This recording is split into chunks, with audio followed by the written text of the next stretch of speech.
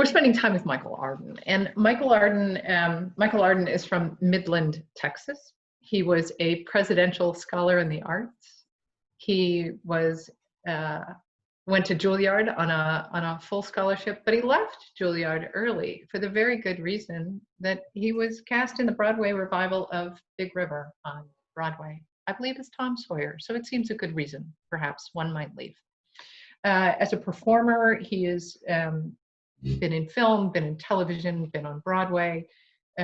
His work includes The Times They Are A-Changing. He was in the recent King Lear with Glenda Jackson. His television work includes Anger Management, Good Wife, and a role that I particularly loved because I was binge watching Mrs. Maisel while he was playing this role and working at the theater. He played a director on Mrs. Maisel. As a director, some of his really awesome credits. He did the Deaf West production of Spring Awakening and received a Tony nomination as the director. He was helmed the Broadway revival of Once on This Island. And this is a credit that I absolutely love. He directed Annie for the Hollywood Bowl. And if you've been there, that's like directing for Grand Central Station. So that's cool. And a credit that I saved till last because I'm just crazy proud of it. Michael is the director of Maybe Happy Ending at the Alliance Theater. So I'm going to welcome him in now and we'll have a conversation. So please welcome Michael Arden. Hello there. Thanks for the lovely intro, Susan. I feel like we're down at the lip of the stage once again. I know. On the Coca-Cola, the lip of the Coca-Cola stage. The lip of the Coca-Cola the bottle cap, stage. as it were, of the Coca-Cola. Yes. This is so good of you to do, and I thank you for that. And I'm going to start because here we all are in our weird and wonderful moments.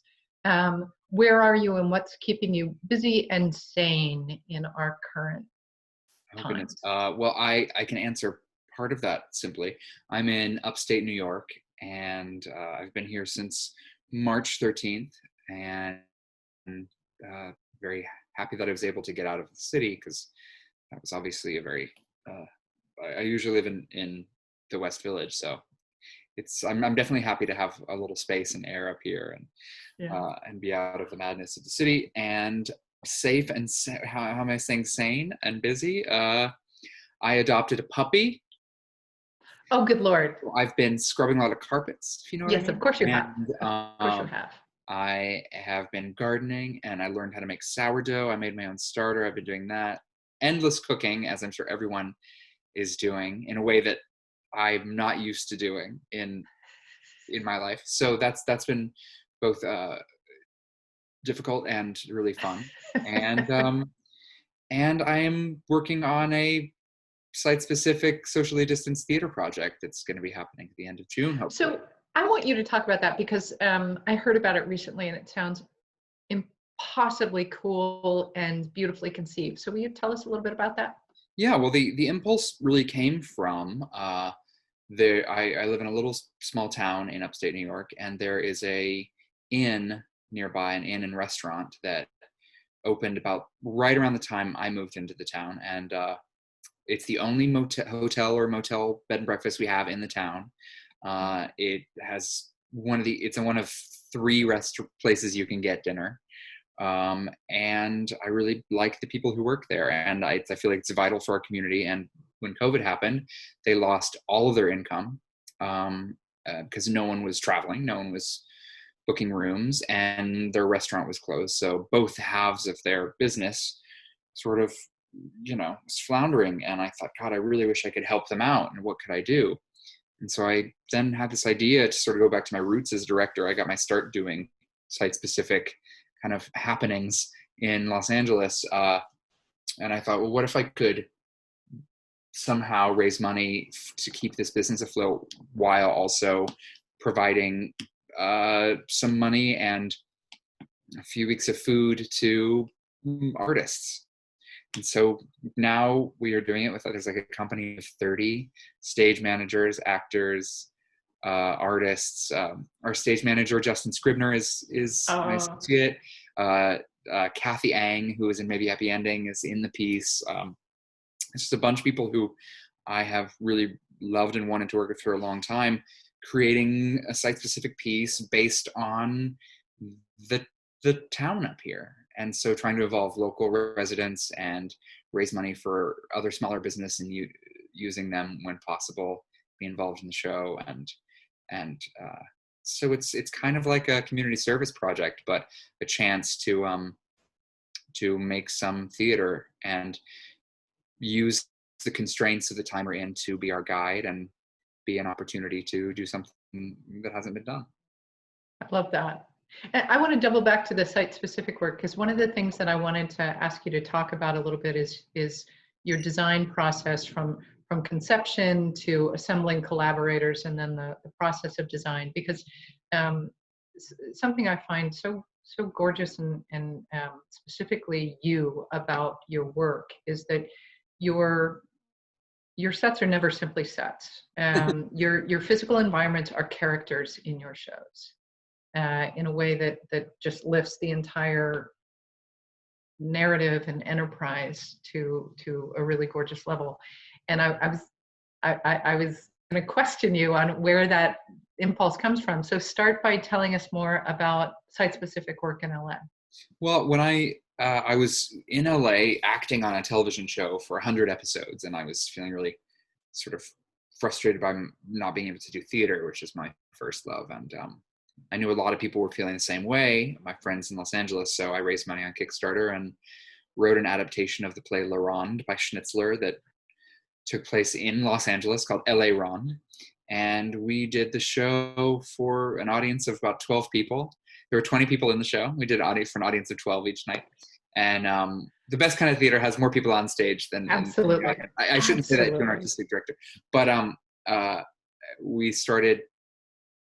started doing that, and it was really inspiring both for the audience and the performer, and it just felt like something that really fed me creatively and has carried into my work in other theatrical arenas. So I love responding to natural space, because it's kind of the opposite of what we do in a design process. I mean, we respond to the theater, but most work, unfortunately, is in proscenium, and you sort of have your limitations of that. But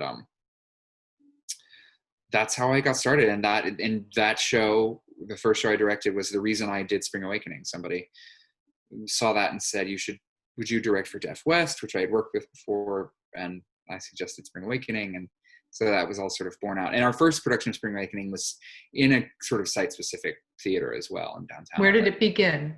A place called Inner City Arts, an art space in downtown Los Angeles. And we did the whole show facing into a corner of a room. So it was very different than what it ended up being on Broadway, but I think it was actually my favorite version of that show. But I think about your revival of Once on This Island, which felt like it broke a whole lot of traditional expectations of indoor, outdoor, what it looks like when you walk into a theater. And I'd love to hear about, first of all, where the notion came from, and then how did you enlist your producers and your design team? Because I mean, my friend, that was a ballsy choice, and it ended up being a brilliant choice. I just want to know how the process from it's in my brain. Well, I knew I wanted to direct the show, and I knew I wanted to do it in the round. So the initial idea was to do it in a parking lot in LA.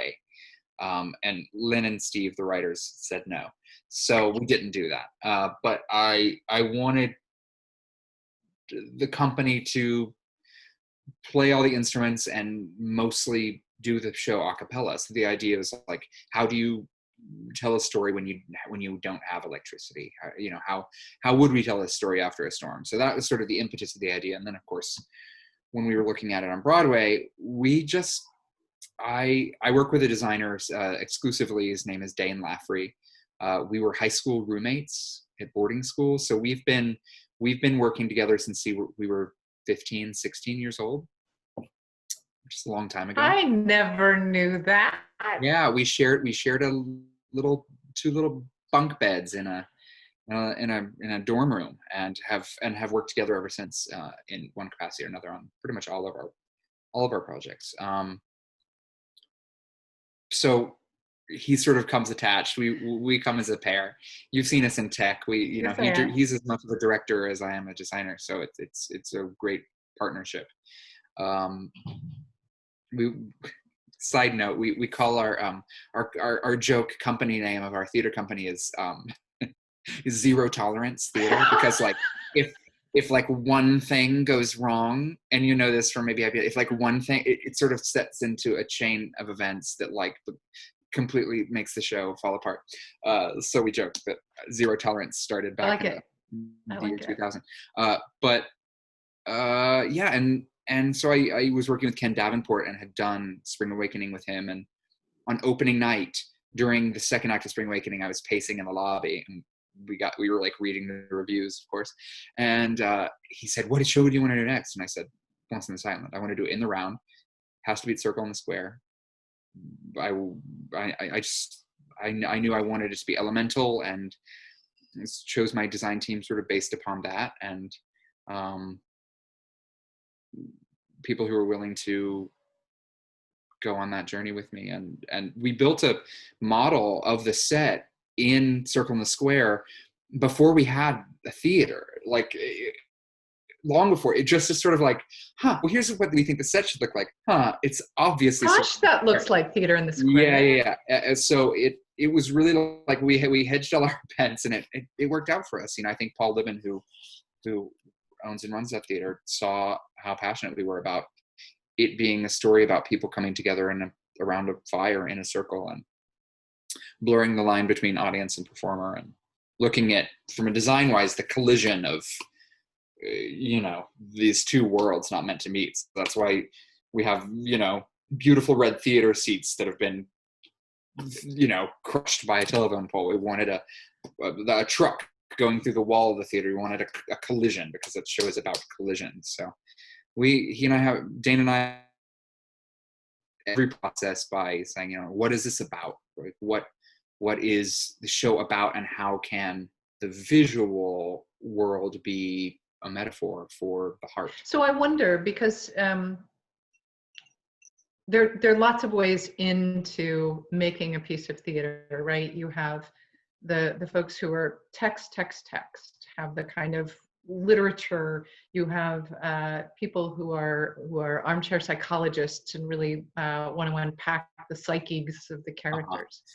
But everything that you're discussing right now has the visual and the environment part of the conversation from the very beginning. Yeah. Why do you think your brain works that way? Well, I think we go to see theater. I mean, like we don't talk. At one point you went to go hear a play back in the 1600s, but now you go to see a play. So I think like the visual is so much, and obviously it has to come from the text. So I kind of like, I guess I'm all of those things. I prescribe to being poring over a text as well as dealing with the psyche of it, but it has to, images stick with people in a way, and have just like music, but I don't, as a director, like I don't get to write the score. So, it's my version of being a composer a little bit, is how it is movement and imagery. And with every project, I start with, I call together all the designers that I think are the right people to work on the piece, and we all come to it together, as like we sit together and we go through the show, and the costume designer may have a scenic idea, and the lighting designer may have a sound idea. And I think it's so important to like have that symposium at the beginning of a process. I think that's when the best work happens, as opposed to like everyone do your thing and then bring it to the table. I think it's like better if we're all in the kitchen at the inception, so that every idea is worth listening to. Right, and encouraging people to stay out of their lanes. Yeah, I mean, the greatest things that have ever come in a process have been like not from the department they should have come from. Right. There's a great story I like to tell of during Once on This Island, when the show moves from the from into the city, from the peasant, where the peasants live, from the sea to the city, and there's this enormous sequence planned, like, you know, where we were sweeping the sand away and shoveling it away to reveal this amazingly expensive stone floor we had, and it was all going to be so incredible. And oh my God, the floor had been there. And we got to the moment in tech, and of course, like, because of the rain and the dancing on the thing, like, there was no moving. It, like, we had to like call lunch, you know, like, yeah. And this inevitably happens in every show that I work on. And so I call every single person involved into a circle, and we all say, okay, anybody have any ideas what we could do? And our associate costume designer took Asaka's skirt, laid it on the ground, put some dirt on it, and said, well, what if I know this is a skirt, but what if you did this and pulled it back? And so we ran to Home Depot on dinner break, bought 2 big tarps, put it in the show, and that was like people's favorite moment in the show. So, you know, I think my job is to allow people to have the freedom in order to and feel heard. And it doesn't matter what department you're in, because how does that apply? I got to witness the answer to this, so this is for the benefit of other people. When you're working on a new piece, because the process that you're describing, which is fantastically collaborative and all skate, right, is with an extant text.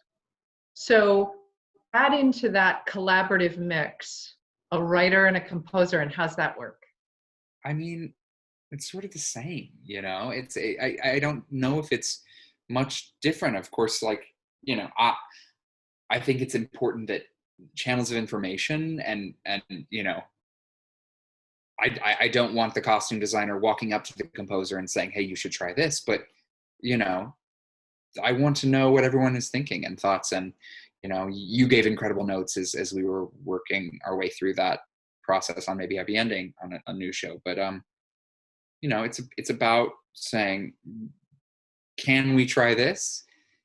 Even if it's wrong, let's try it. We might as well, you know, it's like, I love rehearsal because you should never rehearse the same way twice. It's like, what? It's the joy of like, you learn more from getting it wrong than you do from getting it right. So a lot of times I just like to let things happen, even though I know it's going to be a failure, because there might be something really exciting that comes out of it. What tends to be the most magnetic thing on the front end of gravitating towards a project? Is it, because of this moment we're in, I want to do this, or because of this thing that I'm working on, I want to do that? What draws you? It sort of feels, for lack of a better word, spiritual in a way. Like like the story has to resonate with me and make me feel that thing that we like yearn for when we go to the theater of recognition. I understand what that is, and I thought maybe I was the only person who felt that way. Whether it's that, or whether it's like inspires hope or faith or something good. I usually like to like feel something good, even if like it's a thriller. You know, there's got to be like something in it that makes me like walk out of the theater and at least like say, oh, you know, I better change my life for a little bit or something. I think that I like that kind of stuff. Maybe that makes me a little Pollyanna-y, but you know, and that could be the music. Music can do that alone sometimes. I mean, yeah. Maybe Happy Ending, I heard the score and I was like, I have to do this. The music is so beautiful. And then read the script and wept my eyes out. So, you know, it's not really, you know, of course there's stuff I'm interested in doing, but I don't really go after a project thinking, oh, I really want to do a sex farce. Like, that's not really how I approach material in that way. It just has to and when I read it, I have to kind of see it. I have to like see an image or have some inkling of what I would do. And I've been offered a lot of great material that I don't quite know what to do with. And so I know that I'm not going to do my best work. And so I Right. would rather. What pivoted you initially? You started out as an actor. What pivoted you initially into directing? I think I always was really interested in it. When I was a kid, I used to like get my neighborhood kids to like do shows in the backyard, and I was much more interested in like the putting together of the baking of the pie rather than eating it. In life, I'm more interested in eating pie, which is where I am right now in quarantine. The quarantine, we're all there with you, brother. Quarantine 20. So I think it's always been there, and I wanted to be a lighting designer for a while, so I interned as a lighting designer, and but then ended up getting into Juilliard as an actor. And so I was like, well, I better do this, if I got into Juilliard, like I gotta do it. I'm not gonna say no to that. But then I was, always kind of interested in learning every aspect of the theater. So I shadowed producers, I assistant directed, I worked with a music copyist for a while because I wanted to like see what everybody was up to. And then as I moved toward directing, I just felt that I wanted to be of use to artists in helping them achieve their best work and tell a cohesive story. Right. So I feel like I have more to offer. But you bounce, you not only bounce between mediums, but you regularly bounce from I am director, I am actor, I am director again. Right. What's changed about who you are as an actor because of the expanse of your directing work? I worry less. I think being an actor is like such a difficult thing emotionally because it's filled with it's fraught with self-loathing and fear of looking stupid or fear of not knowing what you're doing. And after being on the other side now about probably as much as I've acted, I don't know if that's true, but I see that like it's not like the job is deceptively simple, and that like you actually only have to like say the words and mean them and do what you say and say what you do, and how freeing. Say what you mean and mean what you say, and then like yeah. And then like you wear the right clothes and we believe you're the character. Like I don't so I remember I hadn't been in a play in a long time, and in doing King Lear I was like, oh, I get to like I guess it's just simpler than I'm making it. But then again, like I'm terrible in this. It's like all that creeps in. Right. Because like I think when you are your art, like actors are, that's incredibly vulnerable position to be in. It's like if I direct a play and everyone hates it, it's like, well, they hated the play. They don't hate me. But if I'm an actor and they're like, oh, it's a terrible performance, they're like, oh, you hate me. So it messes with your head, I think. And have you, as a director, because you work as an actor, you work on stage, you work in television, you work in film. As a director, are you moving in those mediums as well now? Yeah, I've directed some TV, a show called The Conners I direct on. It's on ABC. And I have a project that I'm possibly be at the helm of if everything goes according to plan. And I'm working on my first feature right now, and I've directed music videos and a few music videos.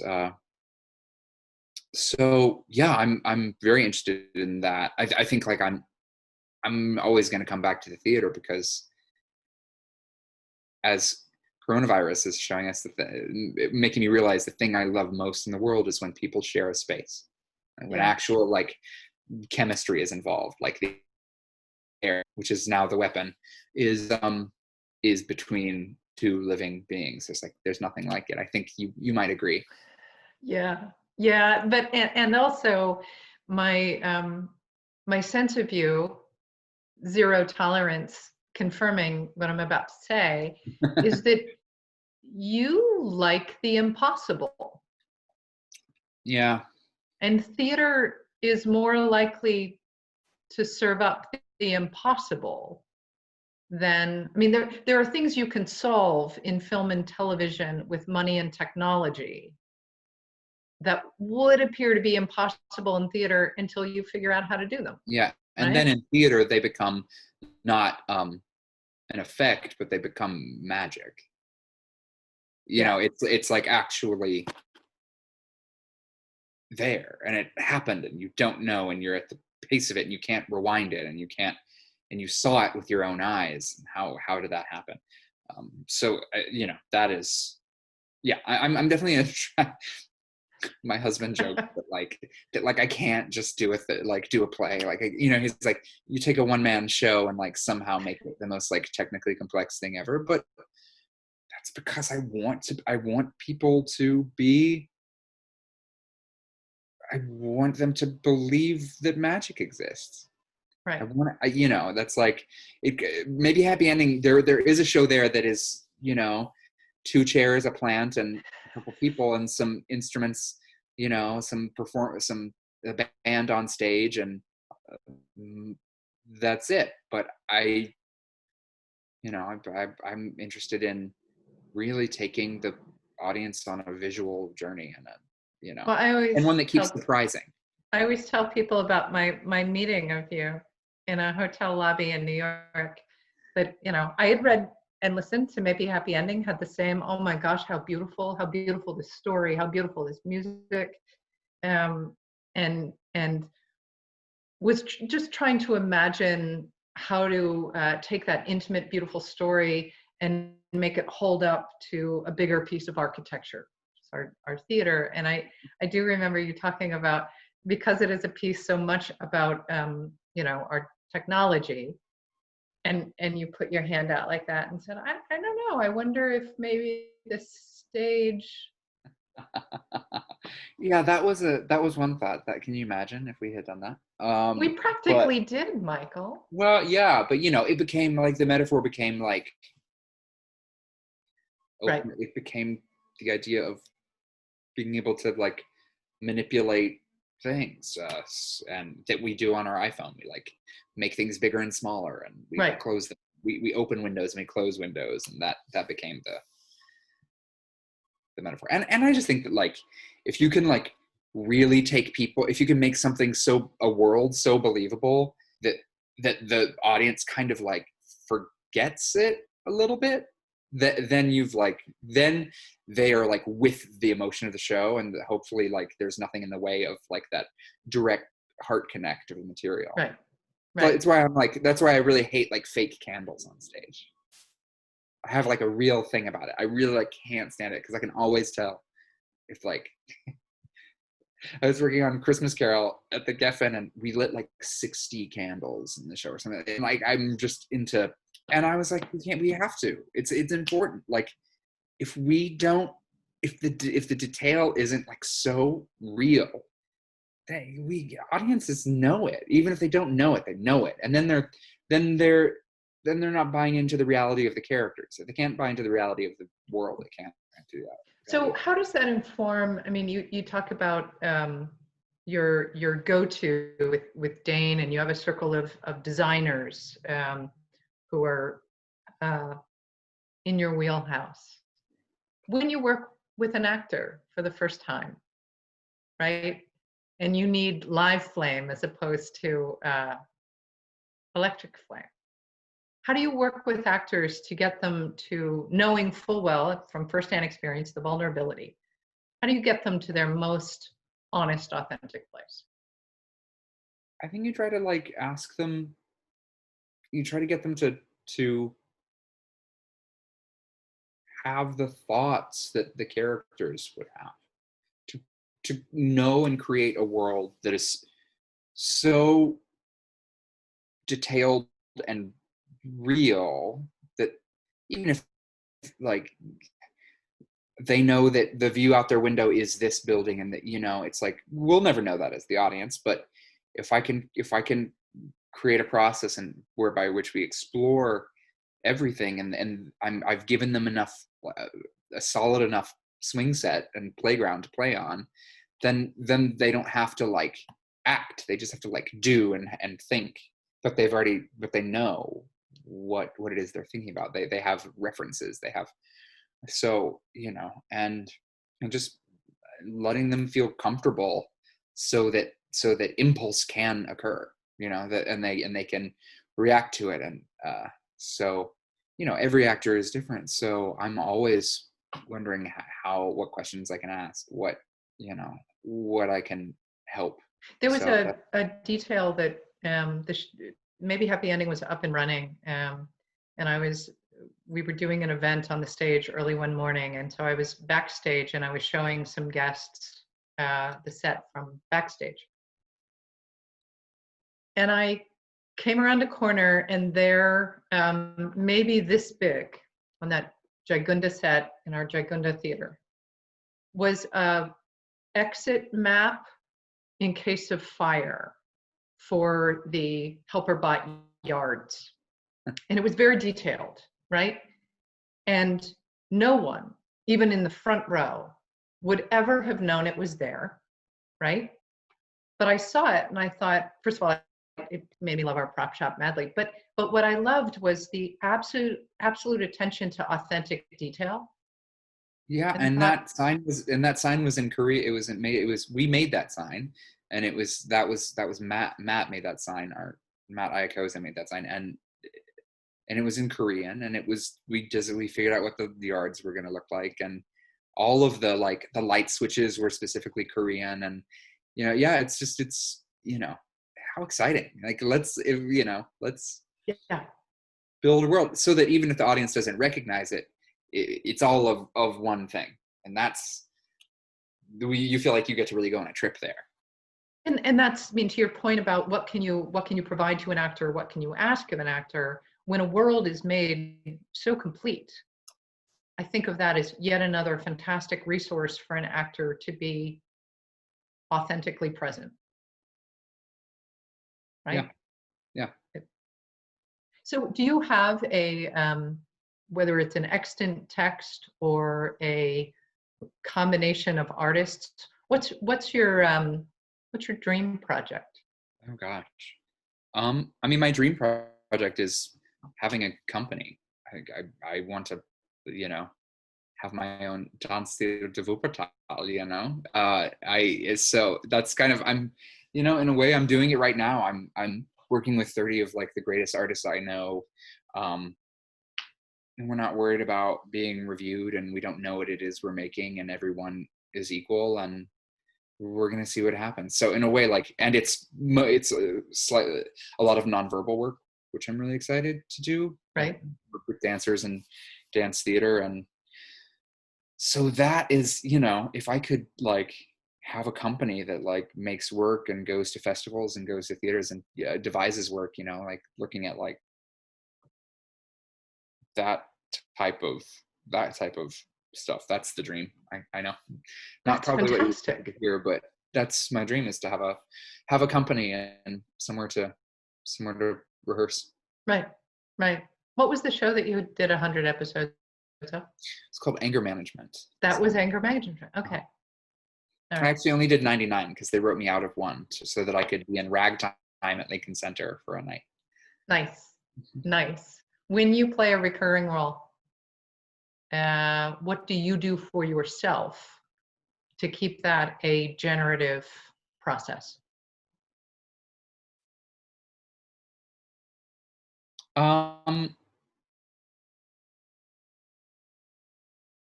Being able to like leave the body and space of that character is good.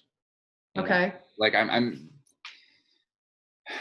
thinking about like doing Hunchback, like the Hunchback of Notre Dame, and originated that role for Disney, and that was like a real world and character that I had to inhabit over the course of a year, and it was just very important that I was able to like leave that life and leave that grief and you know, of that character. So finding ways in which to like it's like you exercise a muscle and therefore you want to stretch it out the opposite way when you're done, that kind of thing. Yeah.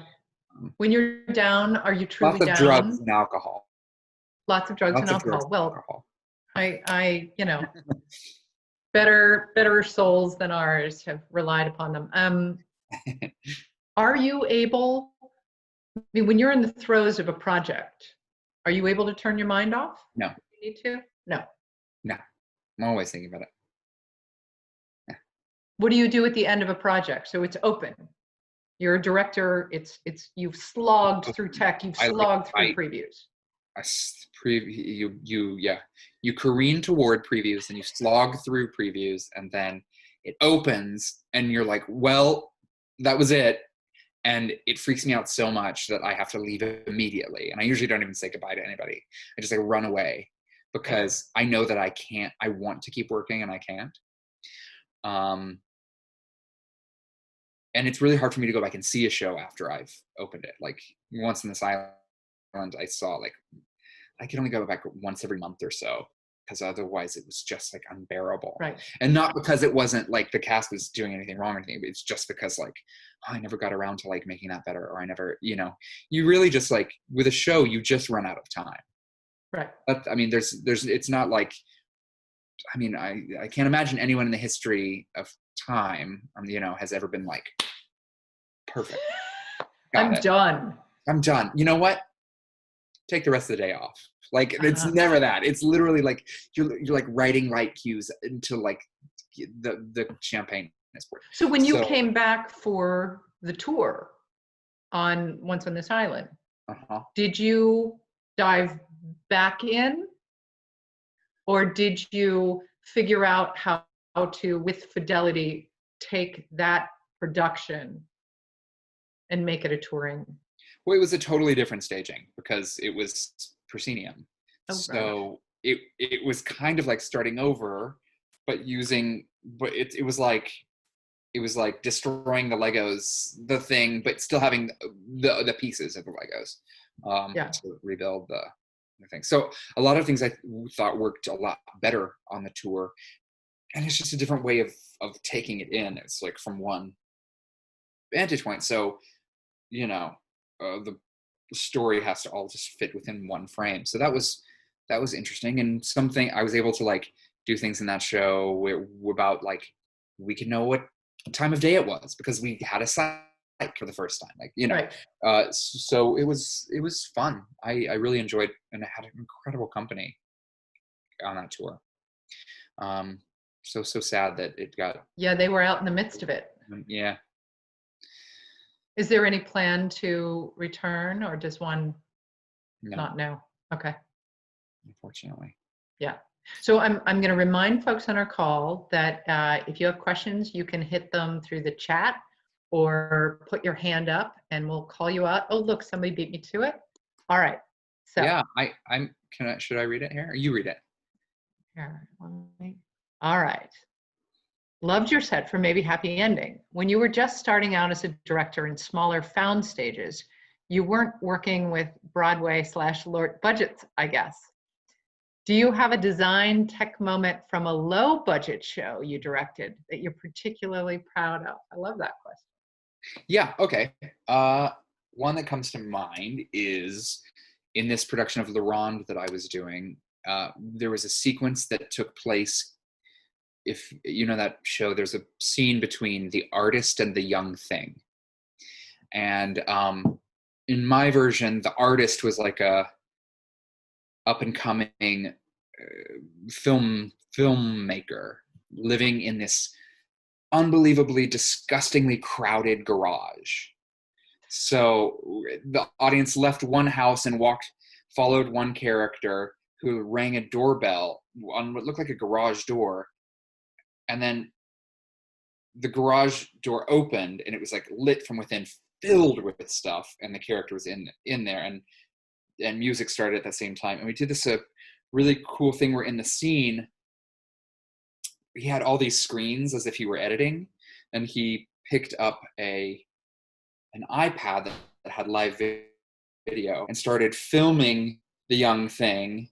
And then he turned the camera around and set it, and it was filming the two of them. and they walked over and closed the garage door, but we live projected that video onto the garage, and they began to kiss. And then he walked back over in the video to the garage door. He picked it up and opened it up, and it opened up, and it was daylight. So we switched out we like edited it where it became not live, and we showed this like montage of their life together, and they like lived happily ever after, and it ended and said fin, and then it opened up again, and you realize that they had like just had this like kind of random horrible sexual encounter. So it was this like weird mind thing we did with like our own cell phones, and it was like technically really tricky, but didn't cost much money. But like people were like, it was pretty cool. It was really cool. Do you have, I mean, these are those unfair questions, but do you have a moment that you can recall sitting in a theater and thinking, holy smokes, that just blew my mind? Whether it was a performance, whether it was a design event, a moment where you thought, oh. Yeah, there was a production of The Crucible that Richard Eyre directed on Broadway, starring Laura Linney and Liam Neeson. Oh, wow. And at the end of the play, the entire enormous set like shattered. It like fell apart as John Proctor was hanged. And it was, I'll never forget it. It was so unbelievable. And we have been like, that play, if it's done right, is like building up, and it just was like this like pressure building up, and that happened, and it was just like the world collapsed for Elizabeth. It was so incredible. I'll never forget that being. I'll never forget seeing that play. I love that. I love that. So another question that just came up. I'm curious if there was anything unexpectedly different about directing for Broadway and directing for a regional theater. No, it's all the same. It's like it's really all. The dressing rooms are smaller. Yeah, it somehow gets like more janky on Broadway. It's like being at the Alliance. We're like, oh my God, this is like the nicest place I'll ever work. I would say that it's all the same thing. It's like we're all trying to sell off illusions as if they're real. And on Broadway, there's just less space to do it. So, on Broadway, like the money is different. It's like it's more about like if you need something, it's there a little sooner, and built in a way that is meant to last, and so there's just sort of, I wouldn't say there's like a higher quality of craftsmanship all around, but it's people who, it's like they're at the top of their field. So a prop is different on Broadway than it usually is. And that being said, sometimes that's not true at all. So, it's just the stakes are higher because the New York Times is going to come see it. Well, that's what I was going to ask. So there, forever and always, I don't know about amen, there are critics of one's work, right? But as you move in the commercial sphere, there aren't just back-end critics, there are process, and I wouldn't call them critics necessarily, but there are producers who want to share their views with you. Right. How do you navigate that? I mean, you have to try to maintain the vision as much as possible while realizing that the only way that vision occurs is from the money that they give you. So it's like it's a constant conversation. But hopefully you are aligned with a producer who shares a vision with you. So it's about like making sure that's in line from the beginning, I would say. I actually, I found your relationship with our lead commercial partner on Maybe Happy Ending one of the most supportive, generative ones. Now, I may not have witnessed all the conversation. You might not. I mean, he was very, he sort of, just wanted to see what I did with it, and kind of, if I needed something, I explained what it was I needed, and it wasn't always, we didn't always get it, but yeah, he of course has notes and thoughts, and we disagree on things, but that's good. Are you able, do you have, outside of your own counsel, which can sometimes be the hardest thing to listen to in the midst of, careening through tech and slogging through Careening previews? toward previews, yeah. Yes. Who else's counsel do you rely on? My husband's mainly. I mean, he's like my artistic partner and everything. He's my associate most of the time now. So I really trust his eye and his mind. And all of my best ideas come from him, I like to say, which is true. And my fellow designers, I really rely on them completely, and not just about their own work, but about the piece as a whole. And yours definitely, Susan, and at the Alliance, I wish I could take you everywhere with me, because you give such helpful, thoughtful notes and feedback and questions. When you create your international company and you're playing like Avignon, I'm there. Perfect. I have a question. I'll make sure you get a room with a toilet that has a working toilet wherever we get that. Like it has like. You are such a giver. We get there, you know what I mean? I want to make sure we have running water for you, at least. I love and appreciate that. I am going to. This is Kevin, who has a question for you. Oh my gosh! Hi, Michael. How are you guys? Hi, Kevin. My question was kind of more towards the start of your I guess career as a director. I was curious what it was like when you had your first producer come and approach you, or I was wondering if it was something that you pitched to them and they were interested in supporting it, and what was that like for you, and how did you navigate that?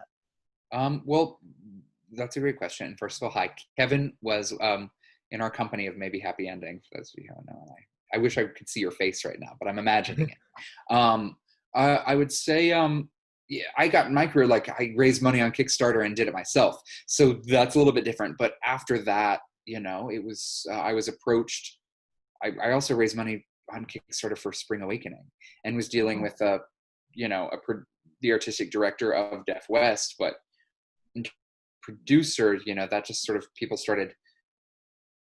Ken Davenport came on to that project, and so there was already a product there. So that was a bit, I kind of snuck into this a little bit, through a back door, I feel.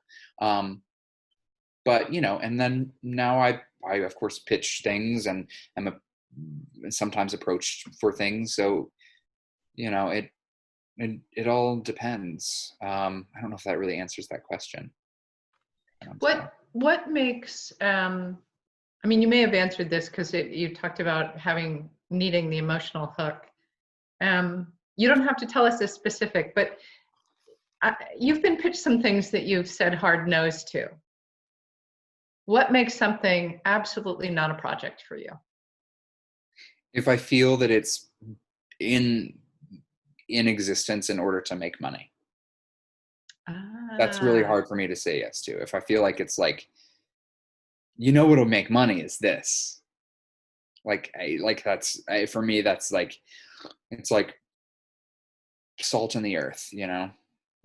Nothing can grow out of that. So that being said, I'd probably be a lot richer if I said yes to some of those things, or maybe not, because I don't know, it's look at Spider-Man, you know what I mean? Yeah. That's all I'll say there. But I think I've been pitched stuff, and if it doesn't if I don't understand it, relate to it, I'm inspired by it, and feel like I can tell that story well, I'd rather go see that then got it. It's so hard. Like, you know, doing a play, making a good play or a musical is like, you know, people say it's not brain surgery, but in a way it kind of is. Like, you know, it's not like life or death, that's for sure. But you're not going to leave any part of yourself unengaged. Yeah, and it's like life is, as we've learned recently, and we should always be reminded that life is very delicate and brief, and if it's not, you know, I've probably made a lot of people upset by saying no to things, but it's only because I care about them and I don't want to do a bad job for them. Usually. I think that's a gorgeous answer. I have one more question that just came in.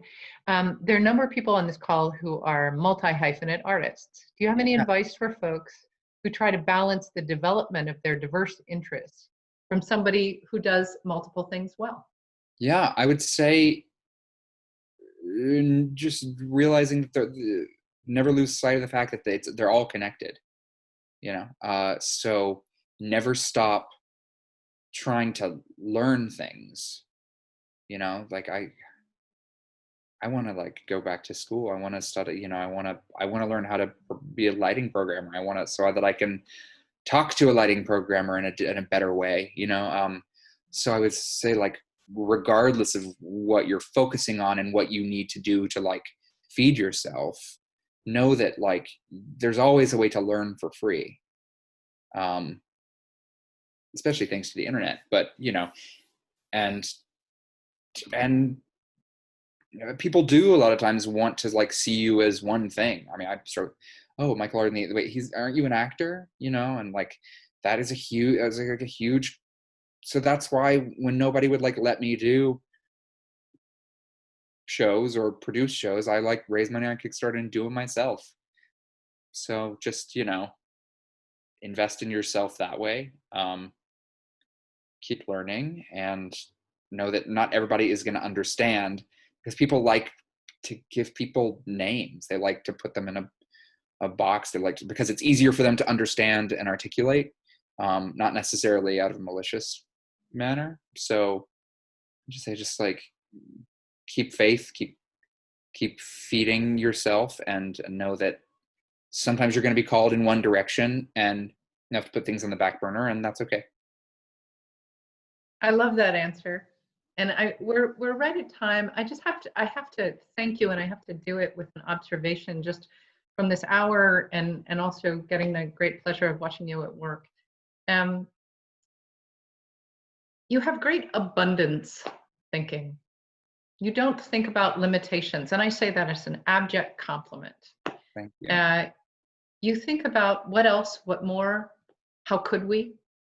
And I think for me, the learning from that is don't ever set yourself limitations. Why not? It's a lovely way to go into the world. Yeah. And I think you live that. And I know you work that way. Thanks. Yeah, I don't like no. I don't like the word no. I you know, because you can't do anything with no. But you can do something with, well, what about this? You can do something with an option. You know what I mean? Like, I really have a hard time with no, because I'm like, well, no is actually just like, if you say no to something artistically, when I ask for something or say, can this happen? And no is a lack of imagination. It's like, oh, as opposed to like respond with a question, like, well, why do you need this? Because that might lead to something better. It's like, okay, we can't have gold. We can't have a golden floor because it costs $1 billion, right? So as opposed to saying, no, we can't have a golden floor, that's an end of a conversation, as opposed to, why do you want it to be gold? Well, I think, you know, the king wants to see himself. Oh, well, what about mirror? Mirror is better than gold, you know? So like it's about keeping that conversation going, and it always leads to something better, because obstacle always means there's just something better we haven't figured out yet. So that's the backside of your zero tolerance business card would just say, we have no room for no. No room for no, zero tolerance. Yeah, that's it. Call this There. point. So Michael, thank you. Thank Thank you you so much. for making time for this conversation, for what you offer us. Stay well. I don't worry about you staying busy. And just make beautiful things and then tell us about them, please. Well, thank you. And thanks so much, Susan, for having me here today. Thank you, everyone, for being here. And I do hope to be back in Atlanta so Yes. soon. Please have me back. I promise there will be zero tolerance. Zero tolerance. All right. All right. Bye. Thank you. Everybody. Bye, everyone. Stay safe.